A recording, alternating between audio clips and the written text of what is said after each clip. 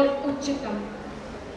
अनंत काल से मनुष्य मेरे ही पद से वंचित रहे, मेरे अस्तित्व को जांचने परखने के प्रयास कर रहे हैं।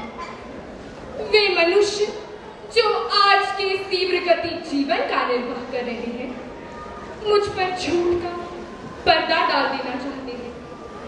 वे ये नहीं समझते कि द्वेष मुझ पर हमला कर सकता है, अज्ञानता मेरा उपहास उड़ा सकती है, परंतु अंत में इस विश्व में केवल मेरा ही साम्राज्य होगा। मनुष्य वे तो मूर्ख है, अज्ञानी है, जो मेरा सम्मान नहीं करते, परंतु इसी मानव जाति में एक व्यक्ति था जो अपने परिजनों से बहुत अलग था।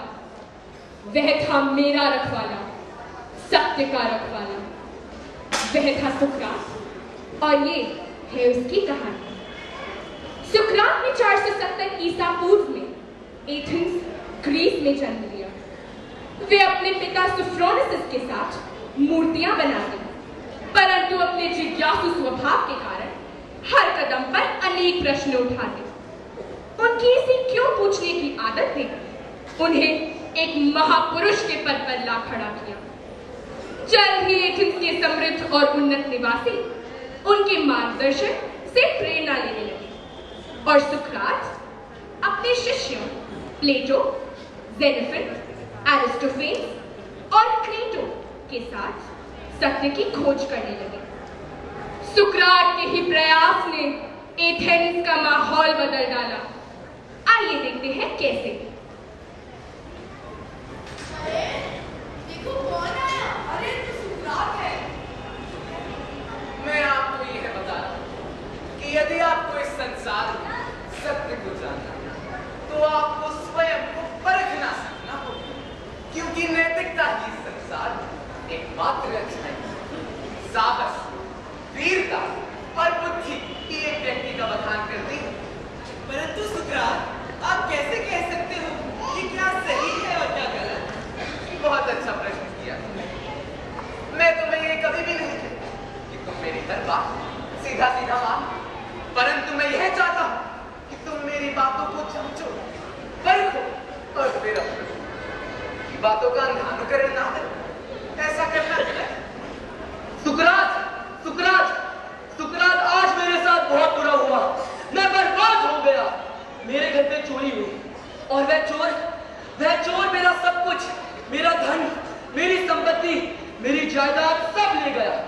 इससे भी बुरी बात, वह अभी तक किसी के हाथ भी नहीं आया। तुम चिंता मत करो प्लेटो, बस एक बारी वो चोर हमारे हाथ आ जाए तो देखना। शांत हो जाओ। सुकरात, आज मैं निर्धन हूँ, और वह चोर मेरे पैसों से कहीं ऐशो आराम कर रहा होगा, कहीं मजे कर रहा होगा। सचमुच मेरे साथ बहुत बुरा हुआ। क्या तुम्हें ऐसा लगता है यदि मुझे चुनाव करना तो मैं एक अपराधी बनने से अच्छा एक अपराध सहने वाला व्यक्ति बनना ही पसंद करूं। यह इसलिए क्योंकि जब आप एक अपराध सहते हैं तो आप अपने जीवन से केवल भौतिक चीजें खोते हैं, संपत्ति, जायदाद, परंतु जब आप एक अपराधी बनते हैं तब इस आत्मा को दर्द पहुंचता है। और एक बात समझ लो प्लेटो, जब इस आत्मा को चोट पहुंचती है ना, तब ये जीवन नर्क बन जाता है। परंतु सुकरात, अगर वह चोर सचमुच इतनी दर्द और परेशानी पाता है, फिर वह आखिर चोरी ही क्यों करता है? चोर को तो ऐसा प्रतीत होता है कि वह ये दुष्कर्म करके किसी सुख की प्राप्ति करेगा।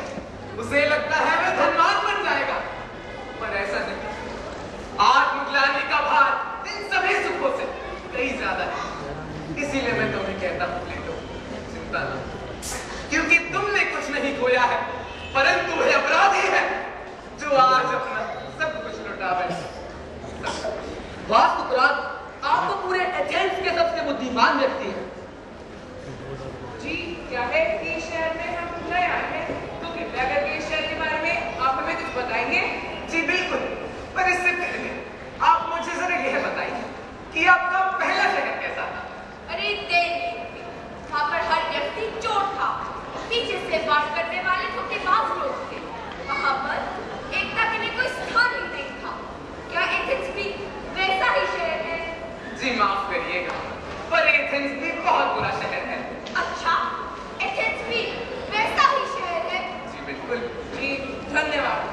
सुकरात, क्या वास्तव में आप हमारे बारे में ऐसा सोचते हैं? चोर, धोखेबाज और पीछे से वार करने वाले? नहीं, तो ऐसा नहीं। परंतु सुकरात, आपने तो उन्हें... अरे श्रीमान, क्या आप हमारी थोड़ी सहायता करेंगे? जी बोलिए ना। क्या है कि हम इस शहर में नए आए हैं, तो कृपया करके आप इस शहर के बारे में बताइए थोड़ा।